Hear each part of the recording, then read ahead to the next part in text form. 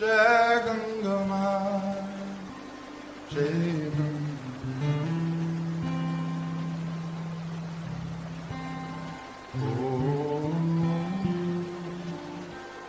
Jai Ganga, Jai Ganga.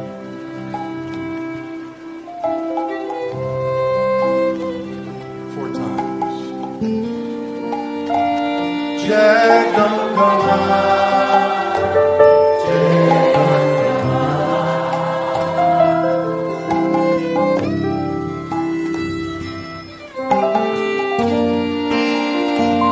Jai Ganga.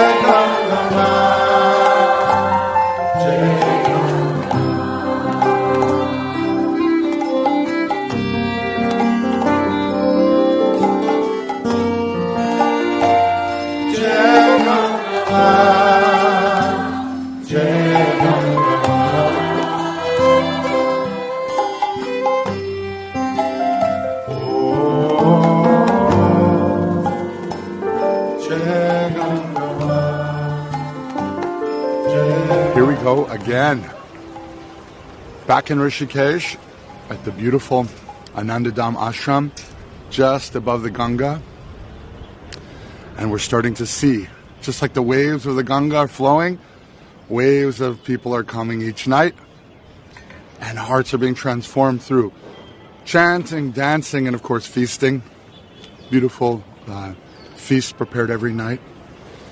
This is the Yuga Dharma. In fact, Srila Prabhupada built his whole international society on chanting, dancing, and feasting. So we're inspiring people to take full shelter, full nourishment from the holy name. And we're seeing new friendships, brothers and sisters. And it's from this place, the whole world comes, and gathers in Rishikesh. And then they're taking this with them and sharing it all over the world. We're all feeling so grateful to be here. Jai Ganga Ma, Jai Ganga Ma.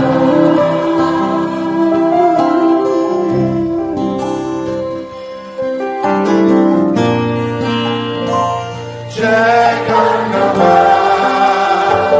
Jai Ganga Ma.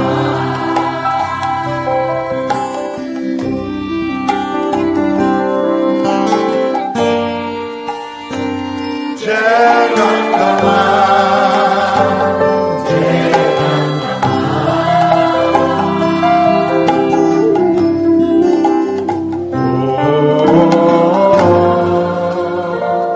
Jai Ganga Ma, Jai Ganga Ma. Hi, I'm Lasse, and yeah, it's my third day here on the festival, and I'm just keep coming back every day again and again because the energy here is just so amazing. I mean, the chanting, the dancing together, it's just full of love, and you can really feel it. It's doing something with me, and I'm really happy to be here, and I feel so lucky and grateful. Jai Ganga Ma, Jai Ganga Ma.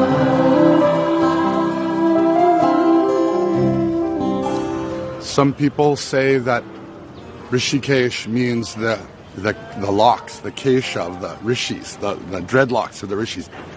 And all these little ashrams along the Ganga's flowing. It's like the dreadlocks of the rishis. But actually the original temple, the oldest temple, the Bharat Mandir in Rishikesh, it calls it Rishikesh, the master of the senses. So for millennia, people have come here to let go of the attachment of their senses and to pour their attention and intention towards the Supreme Lord, the master of the senses, the goal of the senses. So here we are in this kind of valley surrounded by mountains. There are these beautiful flags always blowing in the wind. Mornings are chilly. But as the sun rises and people begin bathing in the Ganga, the town comes alive. And, searchers from all over the globe come here, and many of them don't know what they're looking for. They come to this place searching, but what are they looking for?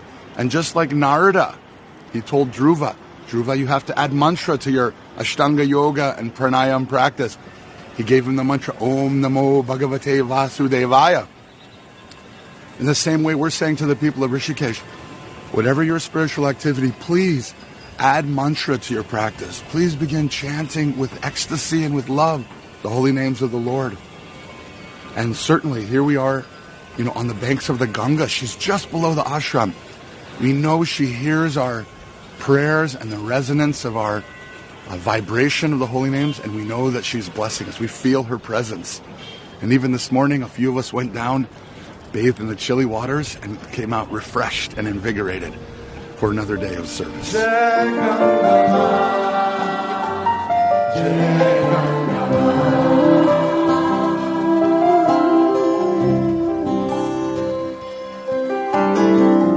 So what I felt when I was inside,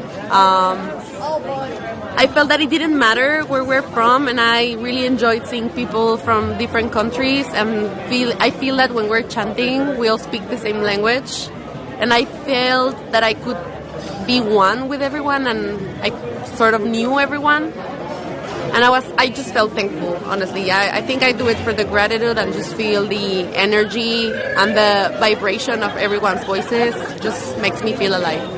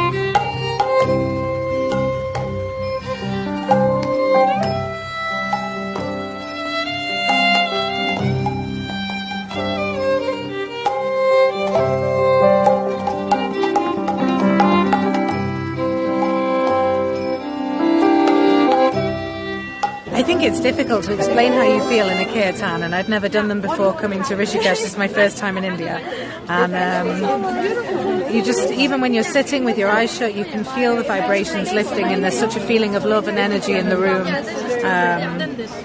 And I was quite nervous, to be honest, about all the getting up and dancing, but that kind of vanished and drifted away, and you get carried away with the lovely energy.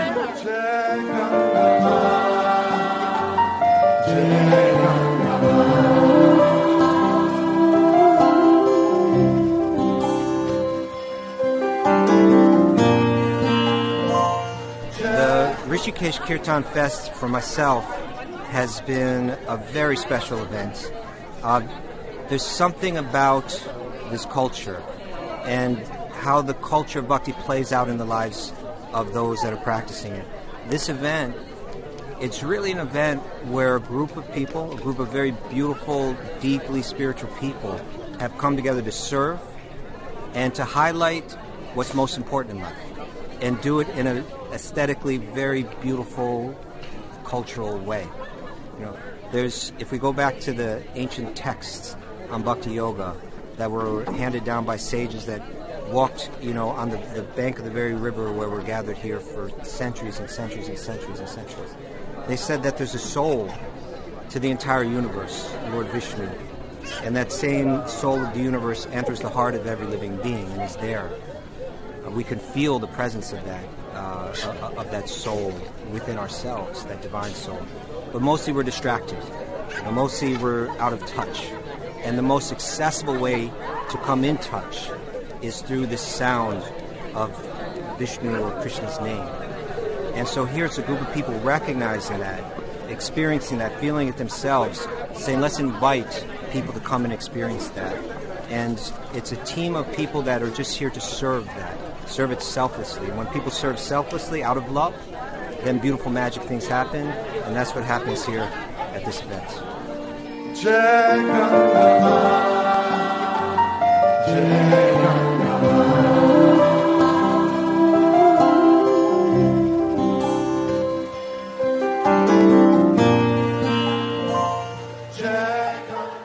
I was in one temple in South America many years ago, and now I'm here in India doing yoga and studying some classical Indian music.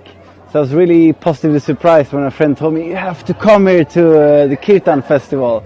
And it's been amazing. I've been here every night since it started, and it's just such incredible energy with all these professional musicians coming from all over the world, sharing their own faith and their own stories about how they view the world in such a good way. And the fact that it's all by donation offered, even the food here and the face painting, and women get some saris. I mean, me and my friends, we are pretty amazed, you know, what we can do as human beings coming together like this. It's beautiful. Everyone.